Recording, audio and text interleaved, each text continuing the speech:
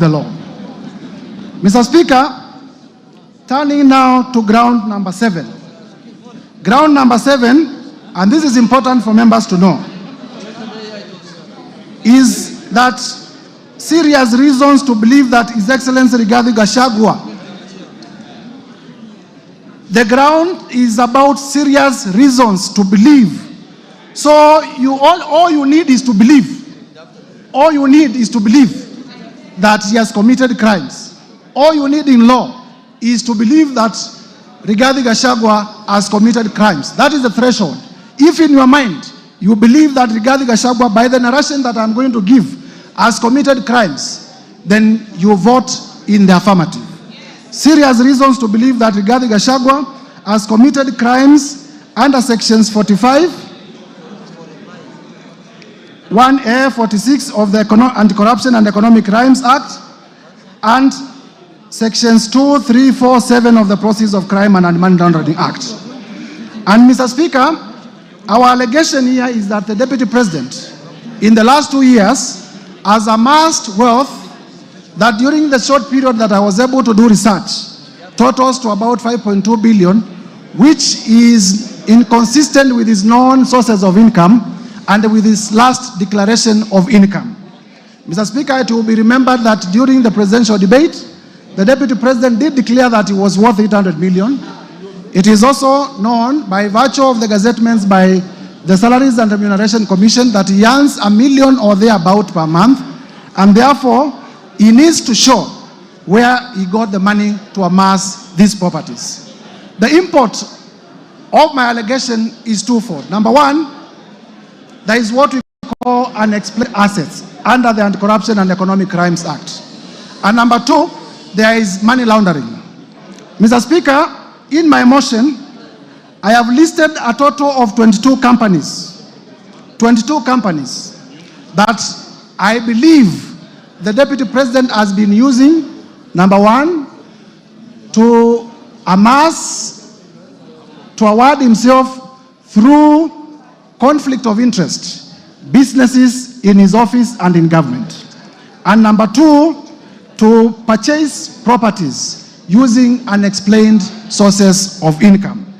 Mr. Speaker, it will be remembered that yesterday during the televised interview, the Deputy President went through all the companies and they did not deny that either of them belongs to him. All he did was to say that he registered some of them before he became Deputy President. I am not interested in the time that the companies were registered. I am interested in what the companies have done in the last 2 years. And I will demonstrate that these companies have actually done economic crimes against the people of Kenya. Mr. Speaker, I have also listed properties. I have listed a number of properties that the Deputy President has purchased within the 2 years that he has been in office. I have listed Treetops Hotel in Nyeri. I have listed Olive Gardens Hotel. I have listed Queensgate Serviced Apartments. I have listed Wamunyoro Investments land in Embakasi. I have listed the Aberdare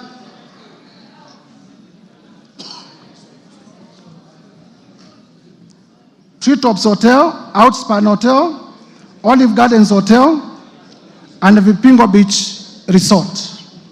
Mr. Speaker, you will be told by the defense that some of the properties that I've listed do not belong to Rigathi Gachagua, but they belong to the estate of Nderitu Gachagua. Mr. Speaker, as you listen, please know that this man is not fond of telling the truth. And I will prove to you, and I want you to listen to me very carefully, that Mr. Rigathi Gachagua, it is true that he was one of the administrators of the estate of his late brother. It is easy to hide under the dead because the dead cannot come to give evidence. But also, there are documents. I have with me the joint will executors report on the status of the estate of Nderitu Gachagua as at 27th June 2024. This is a valid document that is part of our bundle of documents, and that also I have seen is part of the documents that came through public participation.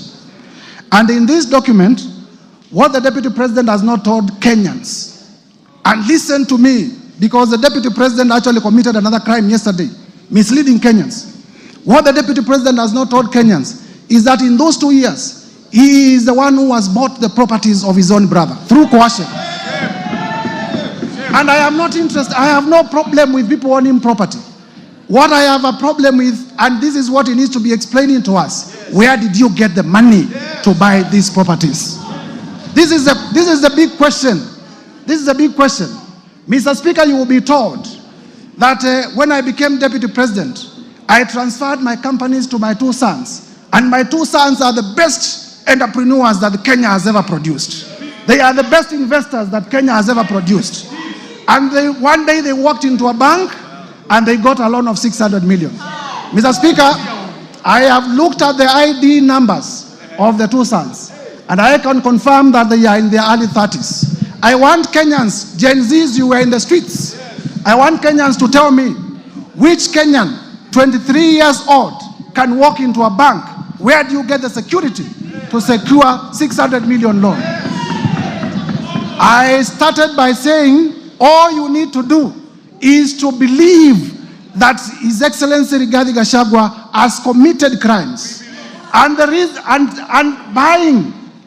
buying properties worth 5.2 billion within a period of 2 years is not reason enough to believe that he has stolen from the Kenyan Republic.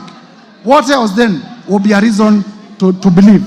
If a 28-year-old can be alleged to have walked into a bank and gotten a loan of 600 million, what else is a serious reason to believe that an economic crime has been done? Mr. Speaker, at page, shortly, Mr. Speaker, I have therefore proven that the Deputy President indeed is the one who bought through coercion the estate of his late brother. The source of funds to buy the estate is not known. Also in my bundle of documents, Mr. Speaker, there is a company called Crystal, and this is a very interesting company. This company called Crystal is the one that bought Aberdare Safari Hotel. And I have exhibited at page 122 of my bundle of documents a transfer document transferring the ownership of Aberdare Safari Hotel from the original owners to the children of the Deputy President Rigathi Gachagua at a consideration of 535 million. And this transfer, Mr. Speaker, was done on the 22nd November 2023, immediately after the Deputy President assuming office and telling Kenyans that he found empty coffers. He was able, within 2 months, to buy a property worth 535 million in Nyeri. Which empty coffers did he find? The other day, I have exhibited at page 118 the CR12 of the new company, which shows that his 2 sons are the directors. I have also exhibited the transfer document to show that actually the ownership of the company did shift at a cost of 535 million. And therefore, I believe I have discharged my burden of proof to the required standard. Mr. Speaker, yesterday, the Deputy President said immediately became Deputy President, he asked his children not to do business with government. But you will realize, because he's speaking from both sides of his mouth, you will realize that even in this transaction about hotels, Tritops belongs to Kenya Wildlife Service. Yes, it is true he has leased. But if you say that you have instructed your children not to transact with government, and then you lease an hotel owned by the government, are you not transacting with government? Are you not transacting with government? And therefore, the live interview by the Deputy President yesterday is a further ground for the Deputy President to be impeached. I can go on and on and on to show that the Deputy President did purchase Kuruwitu Home Resort at a cost of 250 million from the estate of his own brother. Mr. Speaker, you were told also that Vipingo Ridge Hotel is a property within the estate of the late brother to the Deputy President. But I have exhibited in my bundle of documents CR12. CR12 is a document that shows the company directors, showing the children of the Deputy President as directors of Vipingo Hotels. The children of the Deputy President are not listed in the will as executors of his estate. So one would wonder, because they are not listed as executors of the estate of Nderitu Gachagua, then where do they come in terms of owning the Vipingo company? It can only be by way of purchase, it can only be by way of money laundering. Mr. Speaker, one other reason why I have provided the 20-something companies and the properties is also to demonstrate character. Some of these companies have not transacted.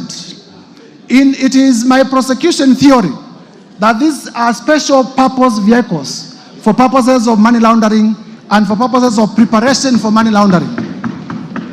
And therefore, one would wonder why the Deputy President would have so many companies that are not active, except for the reason of waiting for a prime day for them to launder resources from government. Mr. Speaker, I have also listed many companies and suspicious transactions where companies were being paid as much as 100 million from the office of the Deputy President. They are paid in the morning, and at noon, they are withdrawing the money in cash. You are aware that under our regulations, you cannot withdraw more than 1 million shillings from the bank. But I have listed in schedules where in a singular day, as many as 10 transactions, cash transactions, were being done from monies that had been paid from the office of the Deputy President. These are serious reasons to believe that the monies were being withdrawn for suspicious reasons. And for that reason, Mr. Speaker, I believe I have discharged my burden of proof, and this ground is proven beyond the required threshold, and it should be confirmed as a ground of impeachment. Mr. Speaker, allow me to proceed to ground number 8. Ground number 8 is about breach of Section 132 of the Penal Code and breach of Section 129 of the Leadership and Integrity Act. Basically, these are about misleading the public.